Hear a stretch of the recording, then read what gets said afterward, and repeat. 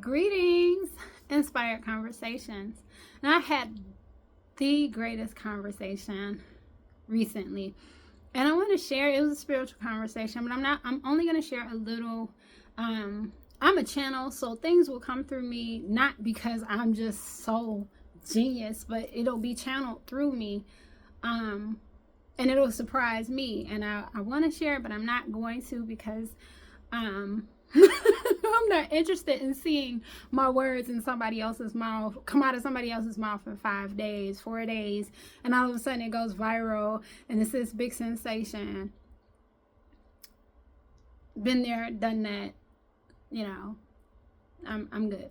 However, I am gonna say that the thing with people who newly migrate here, immigrants, whatever, a lot of them are new Christians. They're either, new Christians or like newly indoctrinated Christians, like really indoctrinated.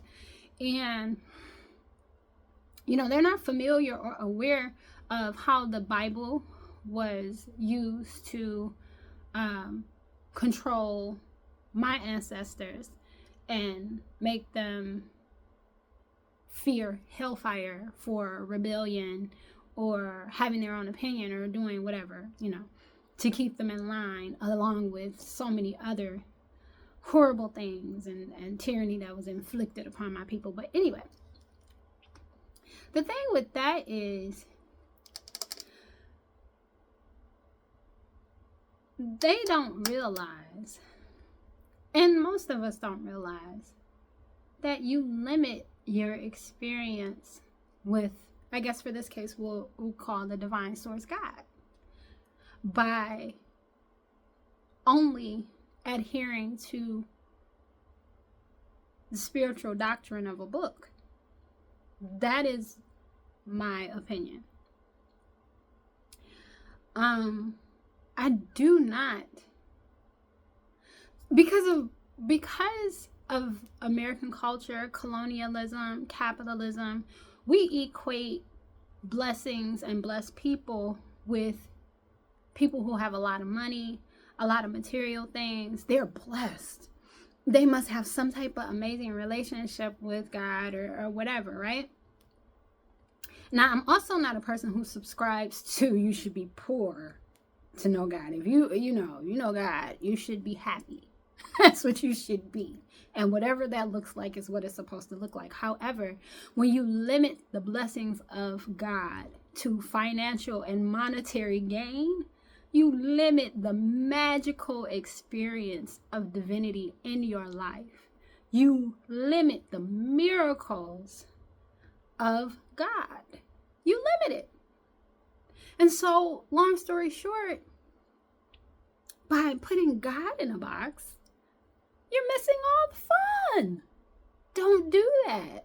Don't limit God to only being able to bless you monetarily, to only being able to represent itself or him, through a book, or you have to go to a building to experience it, or you have to listen to a person to experience it, or you have to be a part of a particular religion and believe that it happened this way and it only spoke through this person and can't reach you and da-da-da-da-da. You limit it and you miss out on all the fun of experiencing divinity for yourself in magical ways. Not in the ways that you've been taught or that you see, but in ways that you can't fathom. And it just spills over into every aspect of your life. It's amazing. So,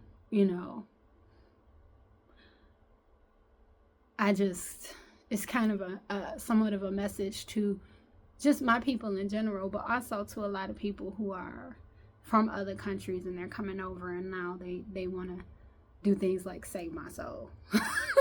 Because I guess, outwardly I know I appear very spiritual without the hair wrap or with it, but especially with the hair wrap. And it's really because I am spiritual. But here's the thing. It's the last thing I'm going to say. You should not have to sell me on anything. because you're the sale. And if what you're doing is so amazing, you won't have to tell me anything, baby. I will ask you.